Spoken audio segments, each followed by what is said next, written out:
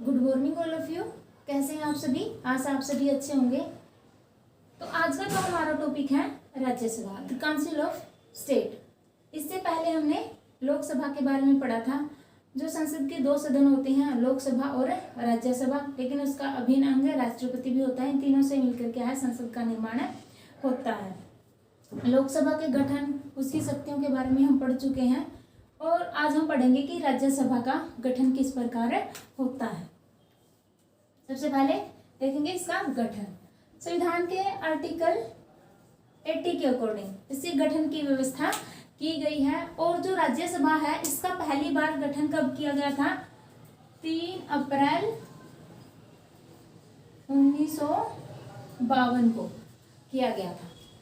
अब है कि इसमें जो सदस्य होते हैं कहाँ से लिए जाते हैं, कितने सदस्य होते हैं। एक बार तो राज्यसभा को क्या है, विशेष सदन, विशेष सदन, उच्च सदन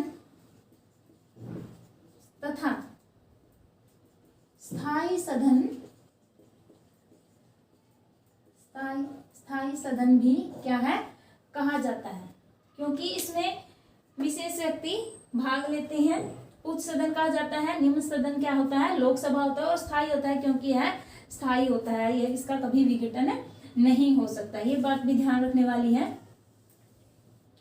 उसके बाद है कि इसमें सदस्यों की संख्या कितनी होती है। सदस्य, जो राज्यसभा में सदस्य होते हैं, अधिकतम कितने हो सकते हैं? अधिकतम 250 सदस्य हो सकते हैं।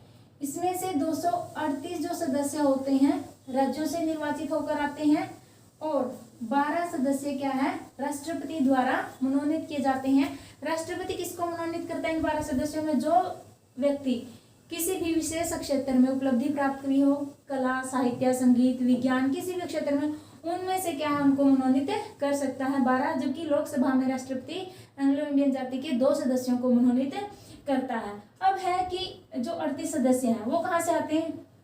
राज्यों की विधानसभाओं से। जिन राज्यों में विधानसभाएं, सभी राज्यों में विधान सभाएं हैं। जो संघ शासित प्रदेश हैं उसमें सिर्फ दिल्ली और पांडिचेरी या पुदुचेरी भी हम इसको कह सकते हैं, अब नाम बदल गया है, तो इनसे एक एक सदस्य इसमें आता है निर्वाचित। जो संघ शासित प्रदेश है, ये कई बार क्वेश्चन आ जाता है कि जो संघ शासित प्रदेश हैं उनका भी क्या राज्यसभा में मतलब प्रतिनिधित्व होता है। तो होता है दिल्ली और पांडिचेरी में क्या है, विधानसभाएं, वहां से सदस्य आते हैं। लेकिन वर्तमान में इसकी सदस्य संख्या कितनी है? वर्तमान में 233 सदस्य राज्यों तथा संघ शासित प्रदेशों से आते हैं तथा 12 सदस्य राष्ट्रपति द्वारा मनोनीत किए जाते हैं। तो इसकी सदस्य संख्या वर्तमान में कितनी है? 243 है। ठीक है। अब है कि जो इसका निर्वाचन होता है, निर्वाचन कैसे होता है? जो लोकसभा का निर्वाचन था, हमने पढ़ा था, प्रत्यक्ष निर्वाचन था, सभी व्यक्ति उसमें भाग ले सकते थे। लेकिन जो राज्यसभा का निर्वाचन है वो किस प्रकार होता है? इनडायरेक्ट होता है, अप्रत्यक्ष निर्वाचन होता है, चुनाव होता है। क्योंकि इसमें कौन व्यक्ति भाग लेते हैं? राज्यों के जो विधानसभाओं के सदस्य भाग लेते हैं। कैसे लेते हैं? मतलब जिस राज्य की जितनी जनसंख्या होती है उसी राज्य से ज्यादा सदस्य जाते हैं। और जो जनसंख्या का क्राइटेरिया है, 1971 की जो जनगणना थी उसके अकॉर्डिंग जिस राज्य की जनसंख्या थी उसी हिसाब से मतलब उतने ही ज्यादा सदस्य क्या है, राज्यसभा में जाते हैं उस राज्य के। सबसे ज्यादा किसके जाते हैं? सबसे ज्यादा उत्तर प्रदेश, सबसे ज्यादा उत्तर प्रदेश के जाते हैं। लेकिन 2026 तक यही रहेगी, क्राइटेरिया यही रहेगा। और इनकी जो संख्या है सदस्यों की, 2026 तक लोकसभा की और राज्यसभा की जो सदस्य संख्या है एज इट इज रहेगी।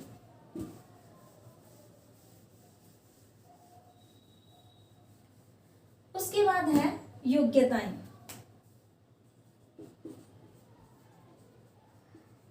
जो योग्यताएं होती हैं कि कौन व्यक्ति जो सदस्य बन सकता है, पहला कि वह भारत का वह भारत का क्या हो, नागरिक होना चाहिए। सेकंड है एज, आयु कितनी होनी चाहिए, आयु 30 वर्ष होनी चाहिए। और क्या है, थर्ड है लाभ के पद पर न हो,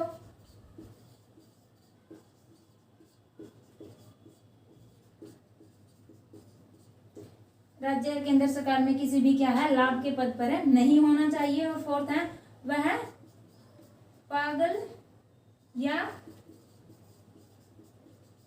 दिवालिया न हो, कि वह पागल न हो, मानसिक रूप से सही होना चाहिए तथा किसी भी बैंक ने उसको बैंकक्रप्ट घोषित नहीं किया हो। तो ये उसकी योग्यताएं होनी चाहिए। जो लोकसभा के सदस्य संख्या थी, जो आयु थी वो कितनी होती है, लोकसभा की 25, और राष्ट्रपति जो इसका अभिन्न है उसकी एज कितनी होती है, 35। तो ये ध्यान रखने वाली बात है, राज्यसभा की 30, लोकसभा की 25 और राष्ट्रपति की 35 एज होनी आवश्यक है। उसके बाद है कि इसका कार्यकाल, टर्म, कार्यकाल कितना होता है राज्यसभा का। जो राज्यसभा का कार्यकाल है वो क्या है, 6 वर्ष है। 6 वर्ष, प्रत्येक सदस्य का कार्यकाल कितना होता है, 6 वर्ष होता है। और राज्यसभा का कोई कार्यकाल होता ही, राज्यसभा क्या है, एक स्थायी सदन है।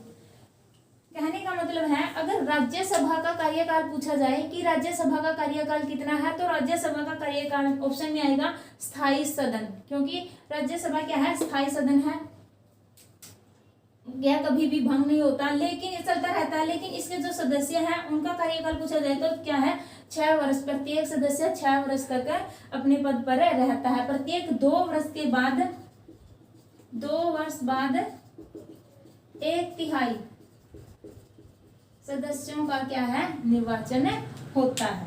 तो इसलिए प्रत्येक सदस्य 6 वर्ष तक पद पर रहता है।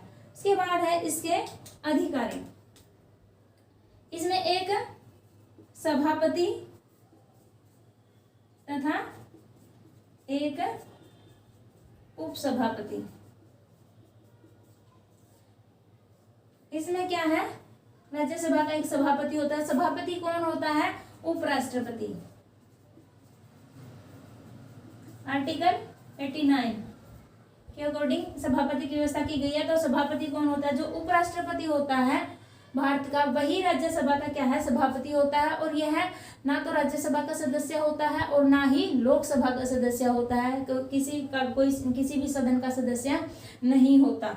और जब यह राष्ट्रपति के पद पर रहता है तो उसे क्या है, राष्ट्रपति के समान ही क्या है, वेतन भत्ते इत्यादि मिलते हैं जब राष्ट्रपति का पद रिक्त हो जाता है। जब यह राज्यसभा के सभापति का पद ग्रहण करता है तो उस समय इसको क्या है, वही वेतन भत्ते मिलते हैं जो राज्यसभा के सभापति के होते हैं, लोकसभा के अध्यक्ष के समान इसको वेतन भत्ते दिए जाते हैं। और एक होता है उपसभापति। उपसभापति क्या होता है, उपसभापति का जो निर्वाचन होता है राज्यसभा के सदस्यों में से ही किया जाता है। राज्यसभा और उपराष्ट्रपति की अनुपस्थिति में सभापति कौन करता है, उपसभापति करता है। और एक बात और यह जाता है कि उपराष्ट्रपति और जो उपसभापति होते हैं किसको त्याग पत्र देते हैं। जो उपसभापति होता है किसको त्याग पत्र देता है, उपराष्ट्रपति को अपना त्याग पत्र देता है।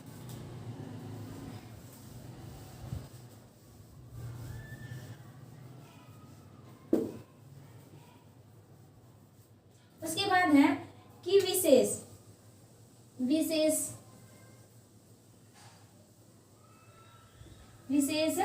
अधिकार। जो राज्यसभा है उसको क्या है, कुछ विशेष अधिकार दिए गए हैं। विशेष अधिकार कैसे दिए गए हैं कि जिसमें राज्यसभा की शक्ति ज्यादा होती है। तो आर्टिकल जो 249 है, 249 के अकॉर्डिंग जो राज्यसभा है, सभा किसी भी विषय को राष्ट्रीय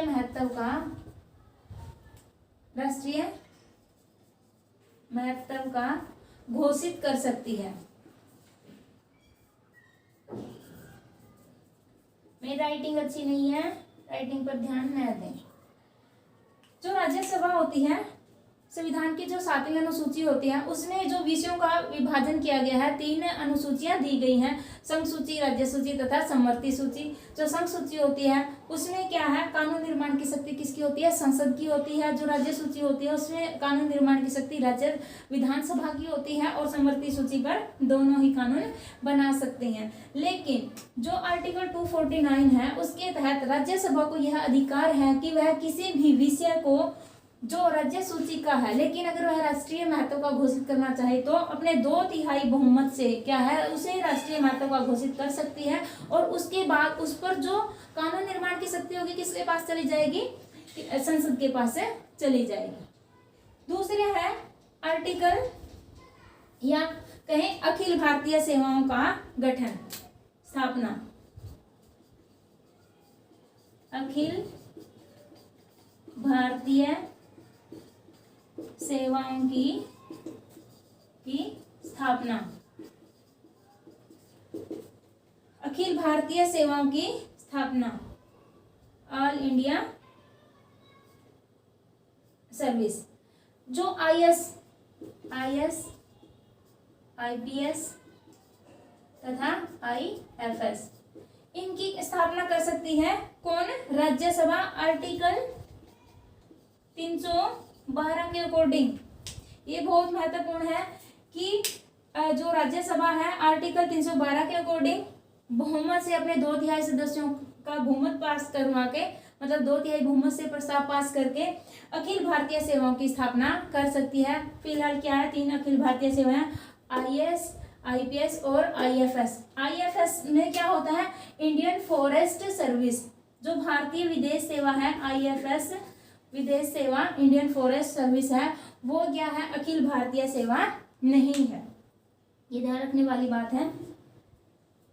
आशा आपको वीडियो समझ में आया होगा, पसंद आया होगा। अगर वीडियो अच्छा लगे तो प्लीज वीडियो को लाइक करें, शेयर करें तथा चैनल को सब्सक्राइब करें। धन्यवाद।